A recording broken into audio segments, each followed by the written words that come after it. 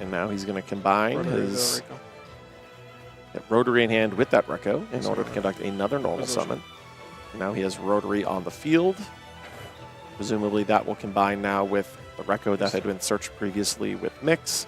And then this will allow him to go into Track Maker. So now we have Track Maker, Chain Link 1, and then Rotary. I see a copy of Effect Veiler brought to the top of Julien's hand, and he'll use that to negate the Track Maker. And now we'll reveal Harmonia in 3 engine pieces. So Cool Tune Synchro. It's like Q, and then I believe that's Rotary. And we got Hydraulis Harmonia up there at the top. So now we will resolve the Rotary. Again, the Track Maker was negated by Effect Veiler. So this will allow Gabriel to search out a copy of JJ Cool Tune. So we've commented on, you have your traditional normal summon, obviously then your Rotary effect, and then JJ Cool Tune is an additional push. So? Additionally, you have obviously Cool Tune Synchro as well. But one of the things that's important is understanding just how many times your opponent has the opportunity to extend. You know, sometimes if you shut down after calculating the maximum number of extensions, that in and of itself can be one of the most important ways of navigating against a deck. Best time to stop them was when they cannot continue. But speaking of continuing, looks like Zalen is back. Ooh, wow, triple tactics talent, and yeah, we're going to go and banish that talent. We saw it in the last game. Yeah, I wasn't able to catch the name on top. It was done so quickly, but we know that there's another. I believe it was a Cool Tune Mix. Okay, so he's got Mix and Rotary and Q plus the Harmonia. I think that Gabriel is just trying to put Julien in the most honest position possible. Right, here's just a few Cool Tune names, no power cards, so good luck. Additional normal Q. Now here's our additional normal with Q. Summon. Think about this. It looks like Gabriel is considering summoning from his graveyard, and now he'll be summoning Reco. Yeah. Reco is used as a material from the hand, so we've yet to search with it.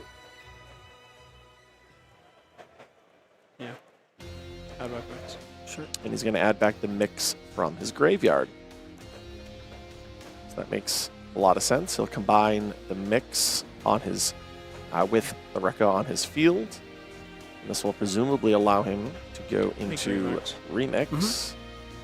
It was Logan who said that the Cool Tune player who goes first is at a significant advantage, right? It is Logan Shepard, yes. But at the same time, we just saw Julien beat down the board of a player who went first. So I don't know if that's going to prove to be true. Maybe that's just the Logan difference. I think it's just the world champion difference. But I also think if we had a large sample size, we would probably see Logan's experience bear out. But again, every game of Yu-Gi-Oh! Is unique. And especially when you're a player of Julien's caliber, it is the play level and skill level of someone who is, for instance, a world champion that I think can mitigate any of the slight advantages that exist by going first. And what a world champion he is, with the entire theater there in France just cheering his name. So he's got a lot of energy behind him. Let's see if that carries into this duel, as Remix is going to go ahead and be chained here. So now Julien is considering utilizing Harmonia. So this was a known Harmonia. This is not a surprise. It was in the hand when Rotary activated. Now, Zalon is going to activate in order to negate the Harmonia. The next question is, what is Julien going to do? So he's going to use Cool Tune Synchro, and that's met by a Dominus Purge. Yeah, this is destroyed. So really shutting them down here. And Purge, you know, we've seen both good versions of this resolving and bad versions resolving. Obviously, if you can set it to the field, it's a lot stronger of a card since you're not locking yourself out of those fire, dark, and water effects. Two of those attributes very important. Water actually too when you think about Ignite Master hack bits. But we do Synchro Climb. Now we're at Cool Tune B2B. Curious if Julien's plan was to use that Harmonia as a Synchro material with the Cool Tune Synchro, but what we see here is the resolution of Cool Tune Synchro and a B2B hitting the field for Gabe. Veiler now is on top and Rotary has been banished. That's to resolve the Rotary effect that Gabe was able to... Sorry, the Q effect that Gabe was able to resolve in order to summon the B2B. And now we have a copy of Click that has been searched as well. And on cue without missing a beat, Cool Tune Clip drops down, and we are going to go ahead and synchro with the other materials. So it's going to be, I believe, Reco and Mix combining, and that'll make a Cool Tune RS. Yep, so now we have level modulation with the B2B and the RS. you can see one of the important things that is prioritized in these Gultun mirror matches is clearing a normal summoned monster so that it cannot be combined with a tuner in hand to perform a synchro summon. And as we saw there, Gabriel was really able to navigate going first, shutting Julien off of each of those pushes, knowing that he had full knowledge of the hand on top of the deck. And that means we'll be going to a deciding Game 3. Well, as we take a good look at Gabriel, we've actually gotten to see two great looks at Gabriel's gameplay. He got to go first both times. First time wasn't the charm, but second time was. We'll see if he can finally break through the gate that was kept by Julien in the coveted Game 3. Yeah, I think it was really the Dominus Purge that stymied Julien's ability there to navigate through that opening play. You know, one of the things in that previous duel is that two of the non-engine pieces that Gabriel had were Effect Veiler and Infinite Impermanence, neither of which will actually clear a monster on field. Not that Purge did that necessarily here in this game, but Purge did limit one of the synchro options. Even if you were to do Julien. Yeah, just like negate my search, have Rotary that's level 4. A little bit of friendly banter there. We always like to just kind of hang back, just like we were talking about yesterday. If you ever hear us go silent, not a technical production difficulty of any kind. We just want you guys to be able to hear those duels talk. Yeah, you heard Julien there say, yeah, my Rotary would have been level 4 if I kept playing. Obviously, the 2-level modulation from the B2B and then the single one from the RS. But that is the world champion difference. I think that's the first time we've seen both those monsters on the featured match stage, and somebody didn't try to still synchro through. Yeah, Julien, I am fully in the mindset that Julien is well-versed in exactly what happens when his monsters are modulated by 1 or 2 or 3 levels. Love that we've kept that word modulation after level modulation, even all these years later. Yeah. Sorry, I had to bring in a little Yu-Gi-Oh history. Oh, yeah. That was a classic one. But looks like we are just about ready to present as Gabriel slips his side deck away. Hopefully he made the right choice because this is his time to prove. Now, granted, either of these duelists, if they take a loss, are still likely to be able to climb their way through the ranks, so we'll probably see them day 2. May even see them in the top 8. Totally conceivable. One of the things in that previous game is that Gabriel didn't necessarily see themselves drawing. Gabriel didn't necessarily see any of the really hard-going first cards. Obviously, his deck was just more geared to this matchup. I'm curious now with Julien being able to go first if we're going to see Solemn Warning, Nadia Reframing, some of the cards that are really slotted in specifically when you go first in those sided games. Because Gabriel really just sort of played with the natural Cool Tune cards. He just drew a good spread of his engine and non-engine there. And we'll see how things pull off. Julien making faces at the crowd earlier, just shouting, "Duelists!" Oh yeah, that definitely caught me. I was like... We're all having a good time here. Yeah, where did that come from? I don't know if the watchers at home heard that. Somewhere there's a meme out there I don't understand, but I'm sure someone's having a good time as we're here at the World Championship Qualifier. And really just kind of shows you that you can be as serious as you can while still having a good time. Kind of makes Julien like a Jaden Yuki style champion, right? Great guy, great luck, but also great smile. Hey, luck's a part of skill. Jaden Yuki quote, my bad. But as we get ready to go ahead and cut here, this is in a very important game. You know, typically if you are a professional player of the Yu-Gi-Oh! Trading card game, you want any loss you have to be as late in the tournament as possible. So your tiebreakers are very good. But both of these duelists are very good. And as he said last time, he lost to the person who did win. Something we all kind of do, right? If somebody beats you, you want to cheer him on because you're hoping, if that duelist could beat me, I hope I'm good enough that he's the one who wins it all the way. And that actually is the story with Gabriel. Let's see if he can crash through this gate as we go into Game 3 of Round 4 here at the NAWCQ. You can go second. All right. You can go second. That is a fantastic... Okay, he might be Jaden Yuki. I don't think I've ever heard that, but I love it. Heads I win, tails you lose? Anything draw? No. All right, let's see what you got, Julien. Main? Yeah. We enter the main phase. So I do see an Ash Blossom in hand, so he does have some resistance against the Molcharmies. Anything else? Looks like we'll start with Rotary revealing that Ash Blossom, and that will probably honestly combine with the Ash. I was about to say, you don't reveal Ash if you don't have to actually synchro with it. So unfortunately for Julien, that's not necessarily the most desirable. 1 to look and search 2. But as we well know, you could always remix it back to hand, so it's not lost forever, but I have to imagine that Julien would have preferred to keep that Ash Blossom just in case there was a Molcharmy at any point this turn. But we've gotten to the point where it doesn't seem like Gabriel has any Mulcharmy, so no concern there now that the Ash Blossom's in the graveyard. This has been a Mulcharmy-free duel. This is a topic we talked on yesterday. You know, do you do the Maker first or do you do the Rotary first? And in this case, we did Chainlink 1 Rotary, Chainlink 2 Track Maker. Julien trying to protect the look more so than the ability to look and then add again. So he's okay with just adding a card and then finding out later what is in Gabriel's hand. Yep, some players prioritize full knowledge for both searches. Wow, I think that was a copy of Cool Tune Playlist. Yeah, it was. It's a spicy going first card. But as I mentioned, some players prioritize the full knowledge on both searches. Julien's fine only having knowledge after resolving the Track Maker. But here...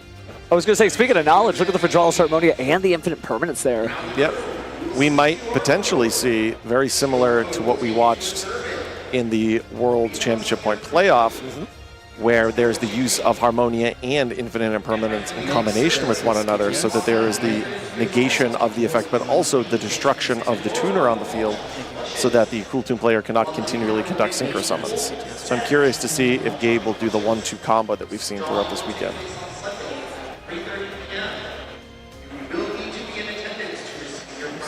Looks like Julien is considering the Cool Tune playlist. So if I'm not mistaken, the Cool Tune playlist will allow him to basically utilize a Cool Tune in the graveyard's effect when sent to the graveyard as a synchro material, and then add said card to his hand. Which is incredible value in both directions. One, you're getting a card back that maybe you use with Cool Tune Synchro, and two, the effects are really good when they're synchroed off. So perhaps you want to use a Reco effect, and it's technically a second copy of the Reco effect. So that could give you an extra destruction, or an extra mix could get that, or maybe we haven't seen a lot of Cool Tune Crackle. Maybe you want to reuse that. There's a lot of interesting stuff you can do with that one card that gets you out of so many different situations. Now we find ourselves resolving Cool Tune Synchro. And that's going to combine with the Track Maker, plus the Q that was just searched off the Cool Tune Synchro. And now we'll have a copy of Zalon hit the field. Now Q will give him a look at the top Gabe's deck. Let's see what we have. We have a copy of Rotary and a copy of Cool Tune Synchro. To the top. And a Rotary to the top. Cool Tune Synchro is banished. Now we still have our regular normal summon. That's going to be of Cool Tune Q. Something funny about saying regular and normal back-to-back like that. Well, there's your normal summon, and then you get your special normals. Oh, we're having too much fun. But speaking of fun, cards do keep on piling up here. I mean, knowing that you are possibly playing into Fragile Harmonia and Infinite Permanence is not really a lot of a mental stack, but you do have to wonder what your opponent's finally going to do, and keeping in mind you do, of course, have the Zalon the Shackled Dragon there to kind of jump into the fold. Thinking. Yeah, Julien definitely prioritized putting Zalon on the field before conducting his normal summon of Q, adding insulation against some of those effects. But we are going to see, first, Harmonia. So you're revealing 5. Didn't even miss a beat, just Zalon. Yeah, I guess you gotta do it. And now we have to actually fulfill Harmonia's effect and the cost of revealing the 5. Do have to show. Chain to negate Harmonia. Thinking. And now we have Zalon that's going to negate. The question here is, does Jib want to utilize his Infinite Impermanence? He does. Ooh, Cool Tune Synchro. And now here's Cool Tune Synchro. So the second Cool Tune Synchro. This will make it so that Zalon's no longer on the field, and the Infinite Impermanence will no longer be able to negate. So what this ultimately will do is lead to the negation of the Harmonia, because what Julien will perform is that Julien will be able to use that Zalon as synchro material. So he is going to successfully dodge both of these pieces of interaction. Took a moment to think about what he wanted to grab. He technically could even grab the Cool Tune playlist right now and then just clear those 2 cards off the field, furthering, because obviously he's interested in that card, right? Is he going to do it? Yeah, okay, we're going to see it on the stage. Nice. And then, as I mentioned, he's going to dodge the Infinite Impermanence. The Harmonia is going to be destroyed and negated. Now we're going to have B2B on the field. Artfully done. I almost forgot. And then I'll summon Mix, grab Rico, grab Mix effects. Yeah. Now we have to resolve Q, because this entire chain link began with the activation of Q. Q summons Mix. Mix allows him to search an on level 2, and that's going to be a copy of Rico. Love the art. utilizing, Oh, go ahead. sorry, JJ Cool Tune. Here's that normal summon that's additional, which is going Additional to be normal summon. Yes. I was just joking about the Cool Tune playlist. You don't get to see that art every day, right? It's just a beautiful card finally getting to showcase itself on the featured match stage. And it is really interesting. I mean, both of those effects just killer, but looks like we are going to go ahead and synchro summon again here. If the world champion wants it included in his side deck, I trust the world champion's impression of the format. So here we go into Remix. Now, we don't see the classic Remix Zalon field that we see very often when the Cool Tune players go first. Obviously, we had to use Zalon during the turn, but B2B plus Remix with Playlist Set, it's a pretty great combination of cards. That Ash Blossom that was used at the very beginning of Julien's turn is still in his graveyard, so we can obviously remix that back to hand. He has Clip, and I think there was a copy of Effect Veiler in his hand. So Julien has a real great combination of cards here, and he has full knowledge about what Gabriel is working with.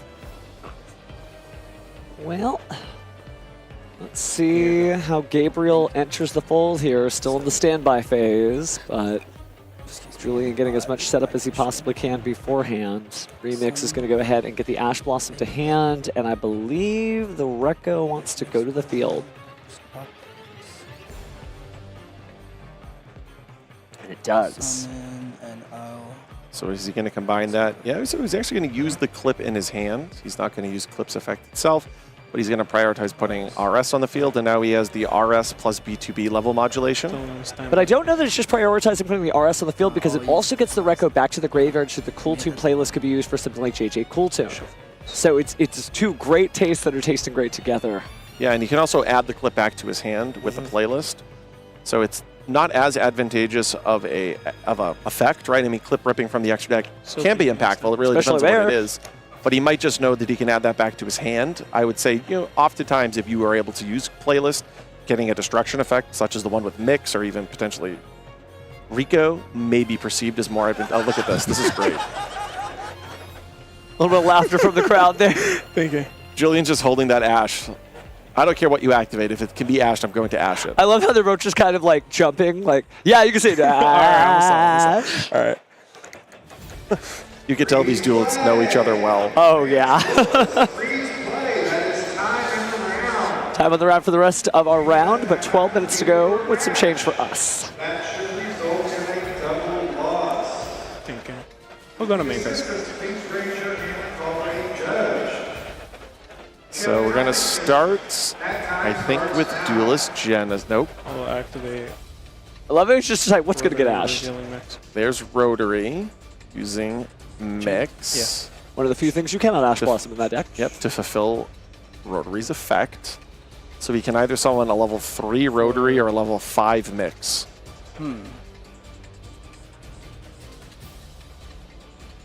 Now that will allow Julien to use B2B. Not going to type on it too hard. Do this. Looks like he's considering putting Trackmaker back on the field, and then obviously Trackmaker will allow him to search as well.